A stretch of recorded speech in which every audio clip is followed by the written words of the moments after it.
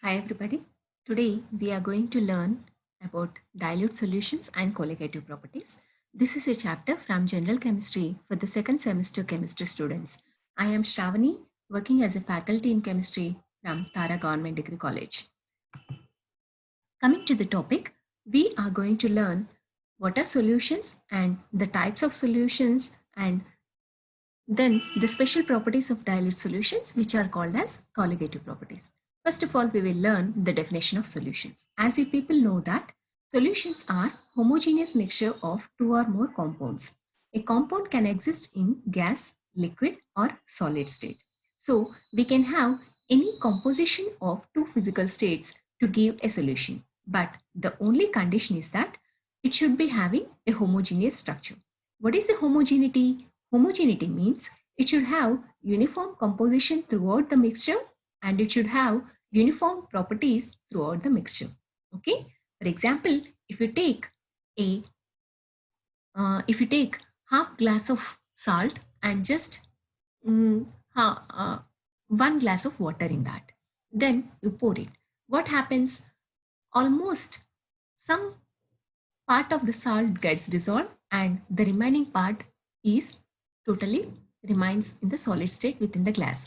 So I cannot say that it is having a uniform composition. There is a composition of two states. One is a liquid and other one is remaining solid. So I cannot say it as a homogeneous solution, and it is not having uniform composition throughout. You can feel that the upper part of the solution is less salty compared to the lower part of the solution, which has more salt.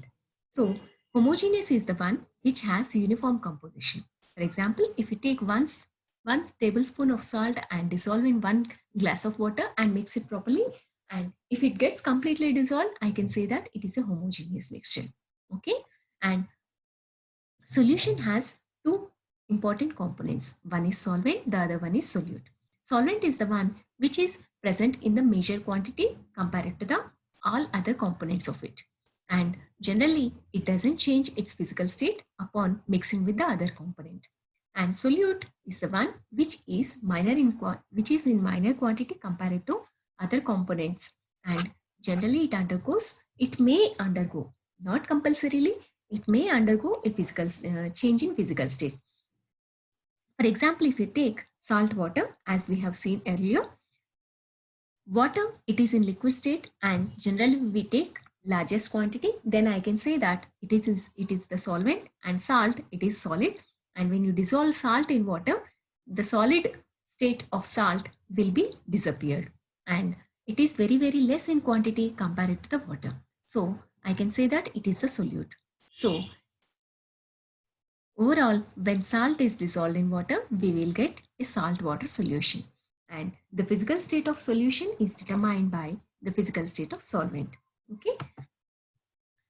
When you have two or more components, you can have the composition of each component to explain the property of different solutions. And that composition can be given by a term which is called a concentration.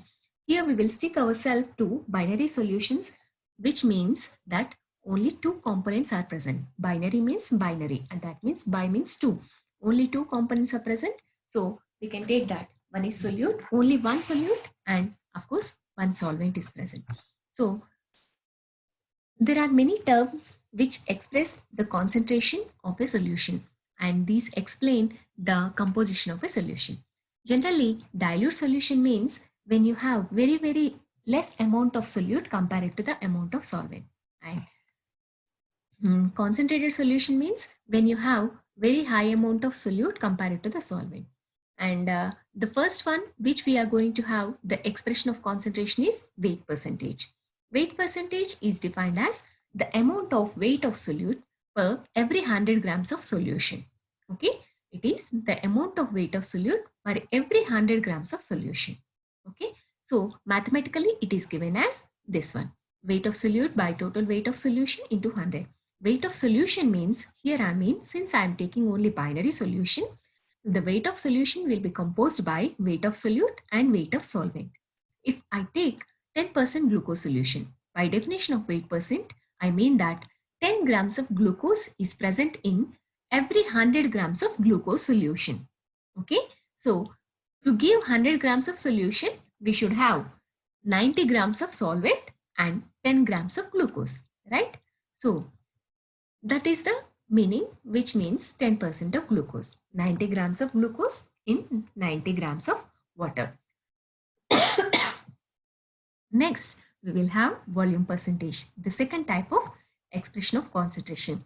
Similar to the weight percentage, volume percentage is also means that it is the ratio of volume of solute per every 100 ml of solution.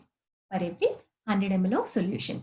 10% ethanol solution means 10 ml of ethanol is present in 100 ml of solution. And the next one is weight volume percentage. Weight volume percentage means that it is the weight of solute present per every 100 ml of solution. Per every 100 ml of solution. I can convert the weight into volume, or else I can convert volume into weight. Here I am converting volume into weight per solution. Okay, so I can just rearrange the equation as weight of solute by weight of solution into density of solution, because we know that density is nothing but weight by volume. If I want to have volume, then it will be weight by density. When you have numerator, again numerator, denominator, it will become into the upper part. So this is about the weight percent, volume percentage and weight volume percentage.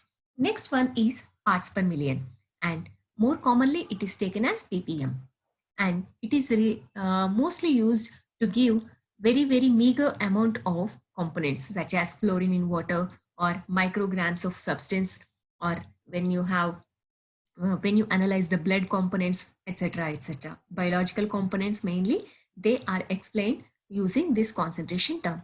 What is parts per million? It explains the number of parts of solute per every million parts of a solution.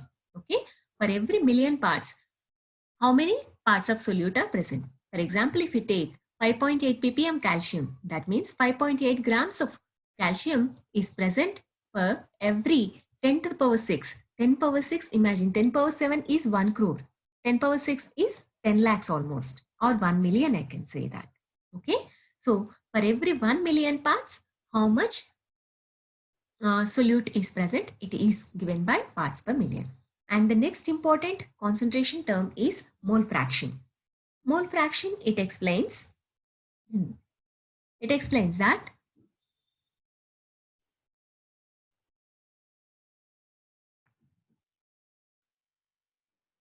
then we will have mole fraction. Mole fraction, it explains the ratio of moles of a single component to the total number of moles in the solution. Now we assume that there are only two components. One is solute, the other one is solvent. Let us assume B as the solute and A as the solvent. Then the mole fraction of solute is defined as the ratio of number of moles of solute by total number of moles of solution. By moles of solution, I mean that it is the sum of moles of solute and moles of solvent, because the solution, as we have assumed, is having only two components. One is solute, the other one is solvent. So if I think that the number of moles of solute is represented by NB, because B is solute and N indicates the number of moles. So NB by Na plus NB, it indicates the mole fraction of solute, and generally it is indicated by symbol X. So XB implies it is the mole fraction of solute. Mathematically, it is taken as the ratio of moles of solute by total number of moles of solution. Similarly, mole fraction of solvent, I mean that the number of moles of solvent to the total number of moles of solution. Okay, so total number of moles of solution, again it means that total number of solute and total number of solvent. So Na by Na plus Nb, and it is represented by Xa. Remember, solute is taken annotated as B and solvent is annotated as A. And you can always see that the sum of the mole fraction of all components in a solution is equals to 1. Since we have only two components, the mole fraction of these two components sum will be equals to 1. Therefore, Xa plus Xb is equals to 1. So if you know the mole fraction of one component, automatically you can find the mole fraction of other component by using this relation. Okay, this is very important expression for concentrations. The next one important is molarity. It is another type of concentration expression for giving the composition of solution. It is defined as the number of moles of solute in 1 liter of solution. So we have to take the liters as the unit. That means for every 1 liter of solution, how many moles of solute are present.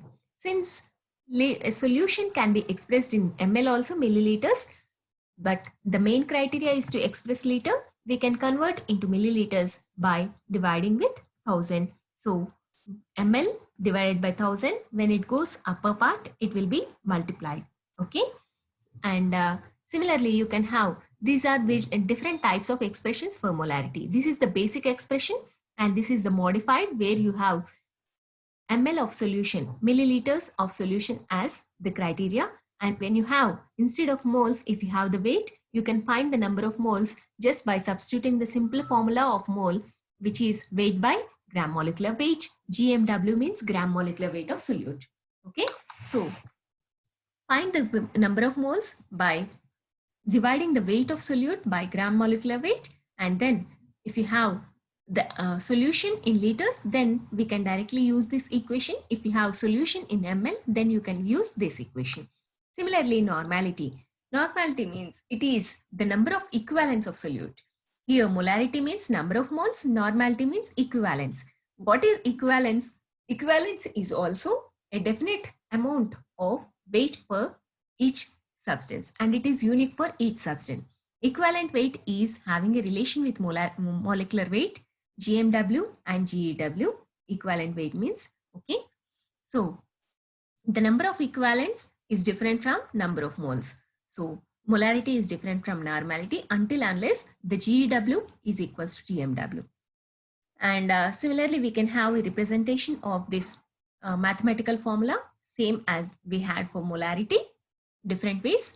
Number of equivalents by volume of solution, when you have ml, it is into 1000, and we can find the equivalent number of equivalents by this formula, weight of solute by gram equivalent weight of solute. Okay, we will find the relation between gram equivalent and gram molecular weight just now. In the examples, we will find it. And the next important one is molality. Okay, so this is the last expression. Until now, we have seen that every time we are comparing either the weight or the volume of solute with that of solution. This is the only expression where we find the relation between the solute and directly with the solvent. Okay, remember, and it is indicated by small m, whereas molarity is indicated by capital M, normality is indicated by capital N. Okay, and it is defined as the number of moles of solute by weight of solvent, not the solution. Please remember, weight of solvent.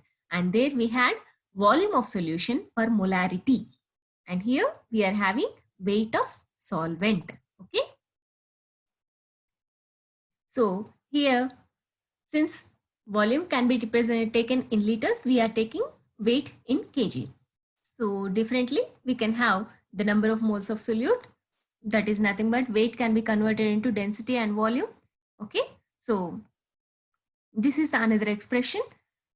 Now you can see about the units. Molarity is expressed in moles per liter, number of moles per every liter of solution. Normality in number of equivalents per every liter of solution. Molality, number of moles per every kg of solvent.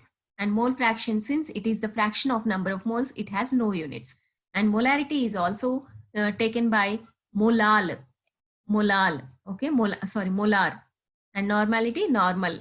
And molarity, small m. Okay, these are different units. Now you can have a look at the problems in concentration.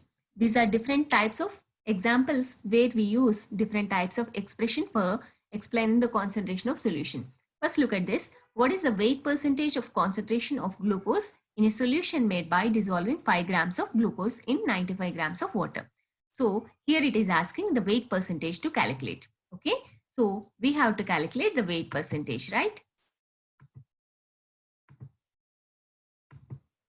So we should calculate weight percentage. And what are the solute? Solute is glucose. Okay. And solvent is water. The amount of solute is 5 grams and the amount of solvent is 95 grams. Okay. So here we can take that. The formula of weight percentage is weight of solute by weight of solution into 100.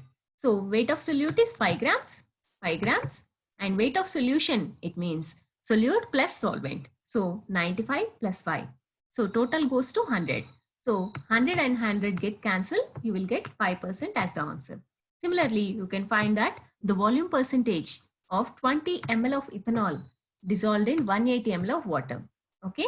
So here we have volume of two things.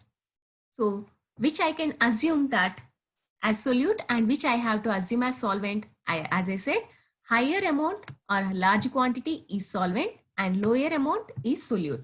So I can take this as the solute. So volume of solute by volume of solution into 100. Volume of solute is 20, which is ethanol, and volume of solution, which is a combination of water and ethanol, 180 plus 20. So total you will have 100 and 100 get cancelled and 2 to get cancelled, and it will be 10%. And the next one is a problem on ppm. Find the weight of calcium present in 12 ppm solution. Okay, so I can say that ppm is defined as the number of parts of solute by total number of parts of solution into 10 to the power 6, and it is equals to 12. So I can say that simply 12 parts per million of calcium is present. 12 parts per million is nothing but 12 micrograms per ml. Okay, I can simply say that it is 12 micrograms per ml, right? And then the next problem is on mole fraction. Okay, find the mole fraction of solute and solvent if 80 grams of NaOH is dissolved in 900 grams of water. So you can say that the number of moles, you have 80 grams and 900 grams. So less amount is NaOH, higher amount is water. So this is solvent and this is solute. So assume NaOH as B. So moles of solute is nothing but gram molecular weight of solute by, weight by solute, weight of solute by gram molecular weight. Weight of solute is 80 and gram molecular weight of sodium hydroxide, we know that it is 40 because sodium is 23, oxygen is 16 and hydrogen is 1. So total sums up to 40 and it will be 2 moles. Similarly, find the number of moles of water, which is solvent. So we have the weight of water is 900 and the molecular weight of water is 18. So it will be 50 moles. Now to find the mole fraction of solute, we have this equation, number of moles of solute by total number of moles of solution, which is equals to NB by Na plus NB.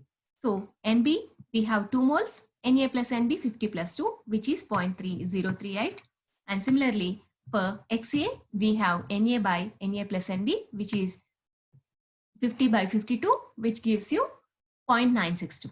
Or simply, I can say that in order to find, just find one mole fraction of one component, and therefore you can find the mole fraction of other component by using the relationship between the mole fraction of two components, which sums up to 1. So if I know XB, then XA can be found by 1 minus XB. So 1 minus 0.038, it is nothing but 0.962. Instead of taking all this calculation mess up, you can just make a simple subtraction, which gives you the mole fraction of other component by help of the mole fraction of known component. Next one is the problem on molarity. So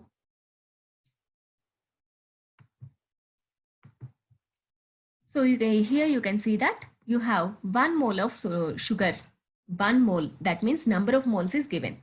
So in 125 ml, so solution quantity is 125 ml. So find the concentration of in units of molarity. He is asking what is the molarity. So we have the molarity formula as number of moles per volume of solution in ml. Why we are taking this equation? Because we have moles expression as well as volume in ml. So that's why we have used this expression. So number of moles is 1, volume of solution is 125 ml and into 1000. This gives you 8 molar or moles per liter. And in physical chemistry, expression of mole units is very, very important. And then you can solve this one. This is a similar one. And then you can go for the other type of problem where you compare two different substances which are taken in equal weight and are dissolved in equal volume of solution.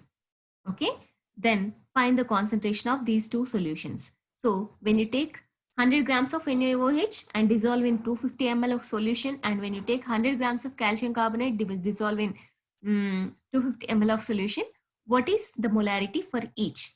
We know that molarity is nothing but weight of solute by gram molecular weight into volume of solution. So for NaOH, we know that gram molecular weight is 40, and for calcium carbonate, gram molecular weight is 100. So therefore, just substitute this, you will get that for NaOH, when you take 100 grams and dissolve in 250, it will be 10 molar concentration. And for calcium carbonate, since its gram molecular weight is very high, its concentration will be only 4 molar. So that means depending upon the type of molecule, whether you dissolve the same amount, you will have different concentration solutions. Okay, and you can find it out. This is another example, molality. Here is the one which you can see that you can practice it up. You have to find molarity, normality, molality, and mole fraction. 4 different types of concentration expression for a single case where 98 grams of H2SO4 is dissolved in 1 liter of solution. And for that, we need to remember all the formulas of molarity, normality, molality, and mole fraction. For molarity, we need gram molecular weight. For normality, we need gram equivalent weight. And therefore, first go with this and you can easily find the expression. Why we are, though this part is not in your syllabus, we are having a look at this because already you must have learned all these things in your intermediate. It is a refreshing thing because dilute solution means it has to be expressed in terms of concentration. And therefore, first of all, you should know what are the units of concentration when you express the composition of a solution. I hope you got this lesson very well. If you have any doubts, please comment in the comment section or you can contact me. Thank you so much. Thanks a lot. We will visit in the next class. Thanks a lot.